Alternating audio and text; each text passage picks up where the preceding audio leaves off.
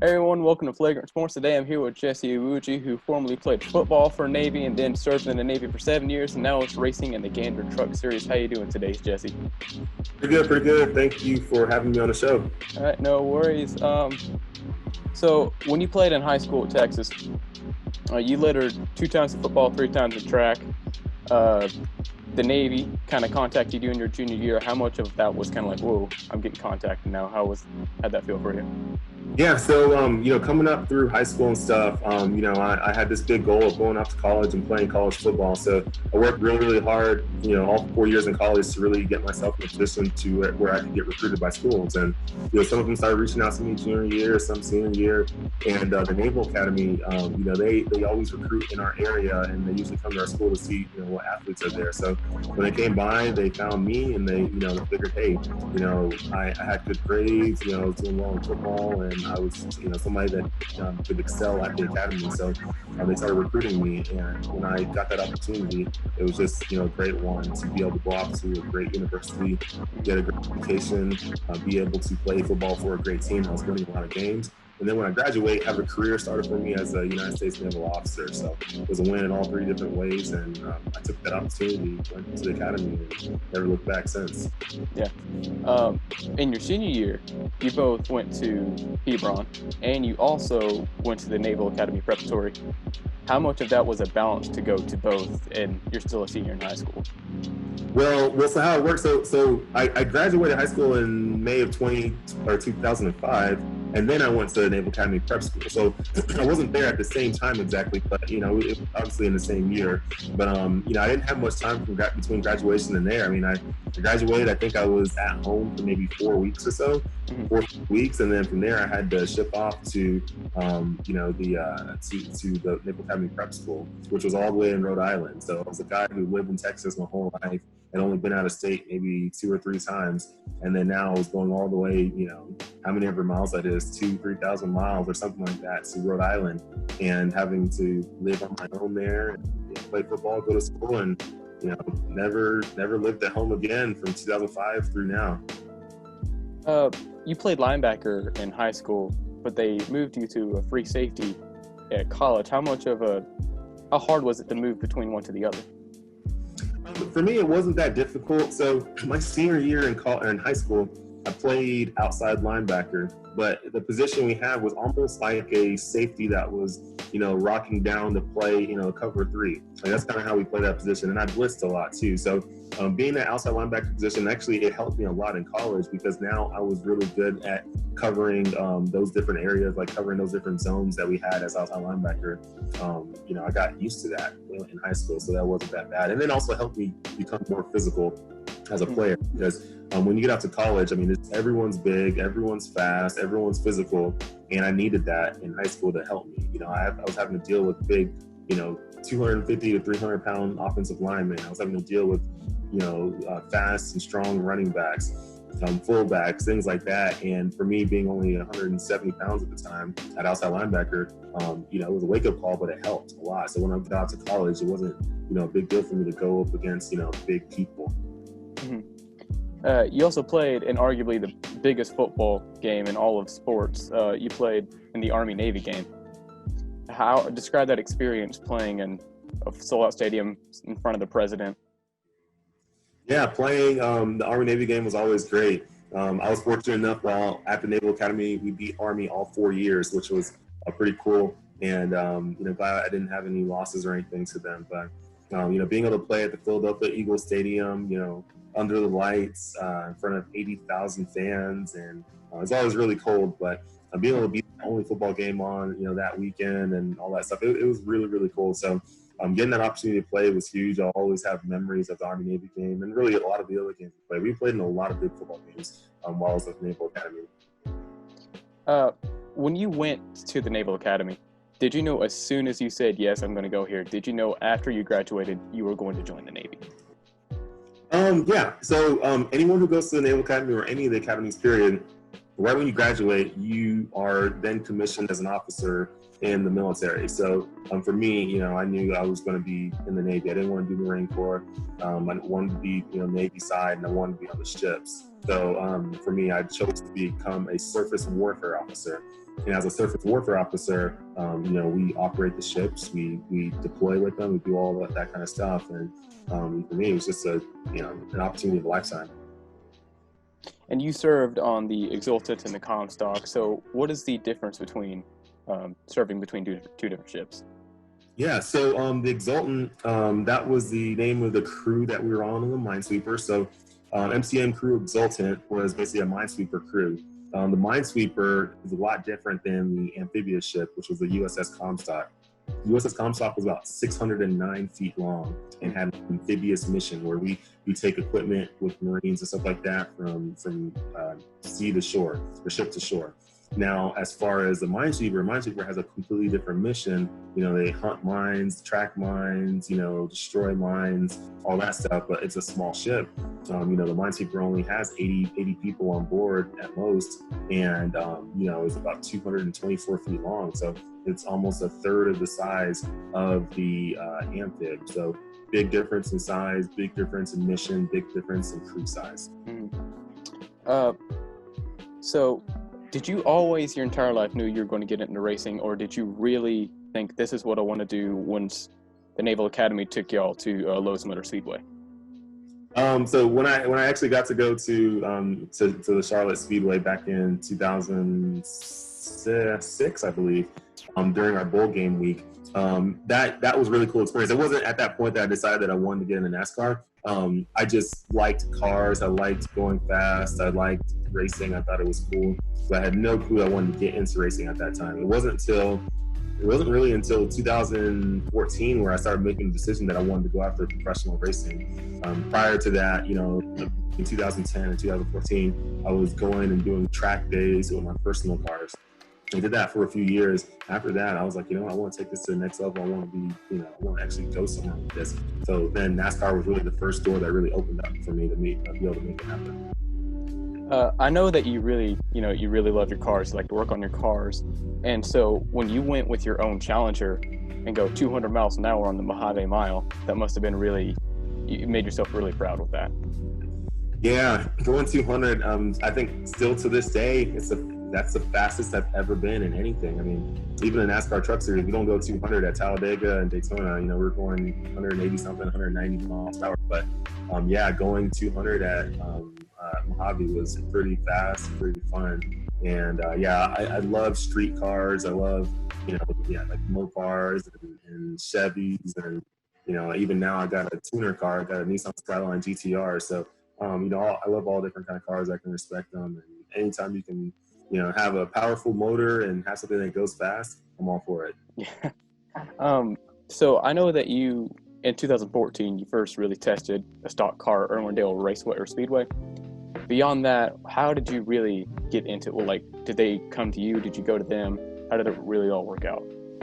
So how I met the team, I was at a car show, and it was in March of 2014, and I met a guy by the name of Kyle Wisner. And he was helping Dodge out with the car show because Dodge was like the main sponsor there. And I was just talking to him about cars and stuff like that. And, we were just chit-chatting back and forth about that. Then we split ways. And then he went to go use the restroom, and there was a line outside the restroom, and I was waiting in that line. And he just so happened to be in the porta potty that I was going to go into. I didn't know. And as he walked out and about to walk in, he sees me again. He's like, "Oh, hey." And then he just said, "Hey, would you be interested in trying out stock car racing? I know you like cars and stuff, but would you be interested in maybe testing a late model or something like that?" And for me, my eyes lit up. I'm like, "Wait, that'd be really cool." I never thought about trying to get into the whole NASCAR ladder, but maybe that's my opportunity right there to race. So I jumped on that opportunity. I went and tested that car a couple months later. It went well, and then from there I was like, you know what? This is where I want to be. This is what I want to do. This is the route I'm going the NASCAR route. Screw it. And that was really the beginning of it. Well, that's awesome. You started racing the Whelen All-American and then the K&N Pro Series West. And then in that winter of 2015, you started running dirt track racing. Describe to me how much of a difference it is racing dirt track versus, asphalt. Yeah, dirt track racing is definitely different for sure. You're loose on the gravel. You're moving around a lot. when it comes to passing people and making it clean, you know, you got to really, it's a lot different than asphalt. So I love dirt racing. I think it's fun. Anytime you can get sideways like that in a controlled manner, it's always really fun. And it taught me a lot with car control.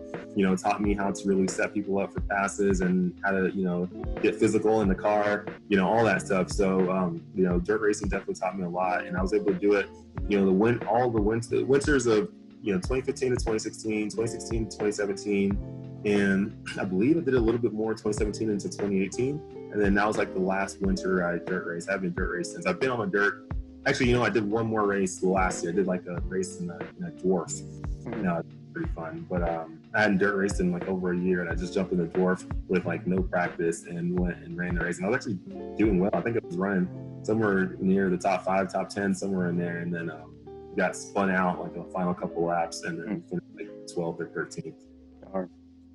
And in 2016, you were named to the Mighty 25, which is, you know, some veterans that are poised to make an impact in this year. How much did that mean to you, you know, with all your time in the Navy, that, you know, they're saying like, yeah, you are poised to do something great this year with your stock car racing? Yeah, that was pretty cool. Especially that was really early in my career, because that was like, you know, that was after about a year, I think, of me really getting into racing and trying to make things happen in life. And I think I had built up so much traction as far as the media and all that stuff in 2015 in my first year, that that's why that led into that. And, you know, it's crazy because when I saw that, I'm like, this is really cool, because all the people who are listed on here are really heavy hitters, and a lot of them gone on to do some really big things now. And I think we're all, if you look back now, everyone who's on the list, we're all doing great. So it was cool that they were able to recognize that, and you know, happy I got the opportunity to be on that list. And then the next year, you raked in the NASCAR Diverse Award winner, and that also must have been, you know, it meant a whole lot to you.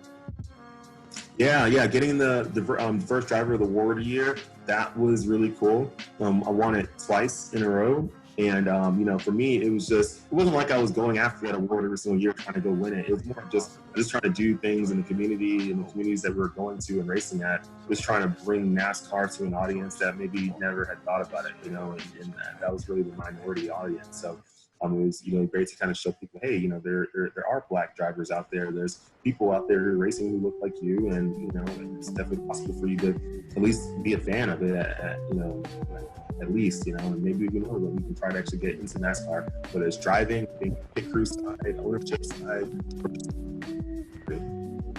And with the recent changes that NASCAR's made with banning the Confederate flag and allowing drivers to kneel for the national anthem, Bubba Wallace has kind of been the, you know, at the forefront of it. But I think we would like to hear from you as a former Navy officer, person of color. What is your thoughts on everything going on? Yeah, well, I'm still in the Navy. I'm just in the Navy Reserves. I'm not an active duty anymore. But yeah, you know, as far as NASCAR banning the flag, I think it's great. I mean, even all the military branches, they, you know, they're banning the flag at any different work areas, workstations, all that stuff. Like, you can't have it on base. You can't have it anywhere near, which is great. I mean, at the end of the day, we're one nation. We're the United States of America. We have one flag for the United States of America. The other flag, the Confederate flag, it's a flag of the people who lost the Civil War, the people who did not win, the people who are no longer here. We should stop promoting that flag. We should learn about it. It should definitely be in history books. We should always learn about it. There should probably be a full class in high school all about that proportion of our country and our time frame as country. And you know, but we don't need to be rocking the flag everywhere, because I mean, I compare it to the Nazi flag back in Germany. I mean, you know, what if you were a German and you were Jewish? You know, Jewish Germans. There's plenty of Jewish Germans out there. Let's say you're serving in the German army or Navy or whatever. How comfortable would you feel if you're going to base or going wherever, people are just, you know, driving their trucks around with a big old Nazi flag hanging from the back and saying, oh no, this is our heritage. No, it's not. It represents really, really bad. You know, as much as people want to say, no, it's our heritage, it's our history. Yeah, it's in the past, it's no longer here. There's a lot of things that we could still rock today and do from the past that aren't good things, you know, like they're just not. So like, everyone needs to forget it, put the flag away. It no longer exists. There's only one country, one nation, and that's it. Some spoken words. You are of Nigerian descent. And I saw recently on your Instagram, you went to your brother's wedding, who had a Nigerian themed wedding. So tell us about the difference between just the standard American wedding and then a Nigerian wedding. Yeah, it's definitely different for sure. Similar type concepts. At the end of the day, you have your church wedding, and then you go off to the reception, and the reception, is just like any other wedding, really lively, a lot of dancing and fun times and stuff. But Nigerian weddings like to throw a few more little twists in there on how they do things, and we play a lot of African music and stuff like that, and it's very, very much family oriented. Not that American weddings aren't family oriented, but this one's really, really family, where you like a lot of the wedding is really talking about really kind of how the parents and the family have really prepared the child, prepared now the young man and the young lady to come together, over time. It's kind of honoring the parents too and the families for their, job well done to get their kids to the point where they're now in a position where they can get married and start their own family and kind of go off. So, it's cool kind of seeing how that whole thing comes into play. But yeah, very, very lively, a lot of great music and food and everything. And now with kind of, us being first generation American here, our version of our Nigerian weddings here are a little bit different than what our parents' weddings were that were here. Theirs were very, very much not like Nigerian. Ours is really a mixture between American and Nigerian and kind of mixing the two together. Do you have a preference between an American wedding and a Nigerian wedding? I haven't been to too many American weddings. They're fun, but the Nigerian ones are like even more fun. It's just like more energy. I don't know. There's like a lot more energy to it. So, but yeah, we have a good time. So being a football player and also, later being a NASCAR driver, tell me the difference in relationships you have with your head coach, but then also your crew chief. Yeah, well, crew chief, you kind of got to have like a really good working relationship where like you understand each other, and you got to have that. You got to have that same relationship with your coach too. But your coach, on the other hand, he can ream into you pretty good, like hard. A little bit different. You like more fear your coach than you do your crew chief. You don't want to fear your crew chief. That's not good. That won't work out very well. But on your coach, on the other hand, it's like this thing that's just. Like the god on the football field, So you gotta, it's a different relationship for sure. It's a way different relationship. A while back, you became the primary owner of Patriot Motorsports with football player Sean Merriam. Tell me how y'all, kind of got to know each other and meet. Sean Merriman, me and him, good friends. He was looking into just getting into a lot of different opportunities and stuff like that. At that time, we were in a position where me and him could be like kind of co-owners and managers, whatever you want to call it, of Patriot Motorsports Group. We didn't necessarily like buy and own the equipment. We just kind of ran the team, let's say. At least, ran some of it. So, we came together because we knew our two heads together could help bring in enough sponsorship to, make sure that we were running and stuff. So, we did that, and it worked. We had, some great companies work with us while we were there and did all that. And then once I moved up to the Truck Series, obviously, I was moving up to a different team and all that stuff. So we couldn't keep doing the same thing, but, we're still cool today. We talk all the time, joke with each other all the time, see each other out here and there. So it was pretty fun while it lasted. In 2018, you were driving home from Sonoma Raceway, and you saw a family in a car on the side of the road that was kind of starting to go on fire. Tell me about that whole experience. Yeah, I was driving home from Sonoma, and it was a long drive, probably a 6-7 hour drive or so. And I was like in my final hour, I think, or so, or 2 hours, whatever the drive. I'm just trying to get home, and all of a sudden I see this van pulled off on the side of the road and looked like they, broke down. Something happened mechanically with the van. But as a family, it was like there was a few members, I think, in the van, and some of them standing outside the van right next to it. But I don't know how I caught it, but as I'm driving by, I just see underneath the vehicle, there's a lot of fluid leaking. And I could tell it was like coolant or something, oil, whatever it was, something was leaking. And whatever it was, I think might have hit the exhaust or something on its way down. And it was starting to light up a little flame fluid. I'm like, okay, if it's lighting up like that, it's gonna eventually make it up way up to the vehicle and burn that whole thing down. And once it catches on fire, especially the right stuff, it can go up in flames super quick. So I stopped as quick as I can on the road. I ran over to them and told them, like, hey guys, your vehicle, I know you may not notice it, but it's about to like go down in flames.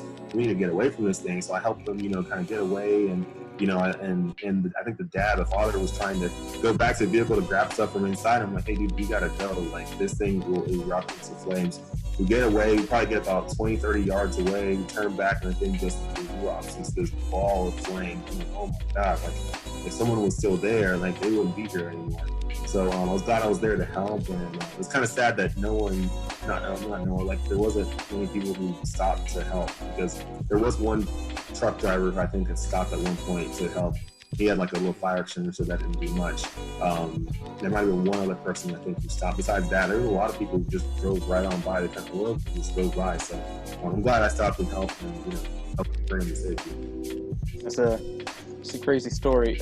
Jesse, I like to think of you as the ultimate American. Played D1 football, served in the Navy, racing in NASCAR. Before we wrap this up, tell me what's next for Jesse Iwuji. Yeah, for me, just trying to put together some more races this year. Whole schedule keeps on getting mixed around. It's all kind of screwed up from everything that was going on earlier in the year with all the COVID stuff and quarantine. So for me, I'm just trying to figure out what race I can do next, and when I can make it happen, and then also what local sponsorship I'm able to bring to make it happen. So it's all a balance, and I still got military stuff to do this year, and other things, and still got businesses to run and all that. So definitely very, very busy, but I'm always on social media putting out all the stuff I'm doing. So just everyone keep following on there, keep supporting, keep liking and commenting and sharing and doing all that stuff on there. That helps me a lot to get more traction with everything going. And yeah, just gotta keep on fighting, keep on grinding. Jesse, thank you for coming on. It was an honor having you on here. Yeah, thank you so much for having me. Yeah.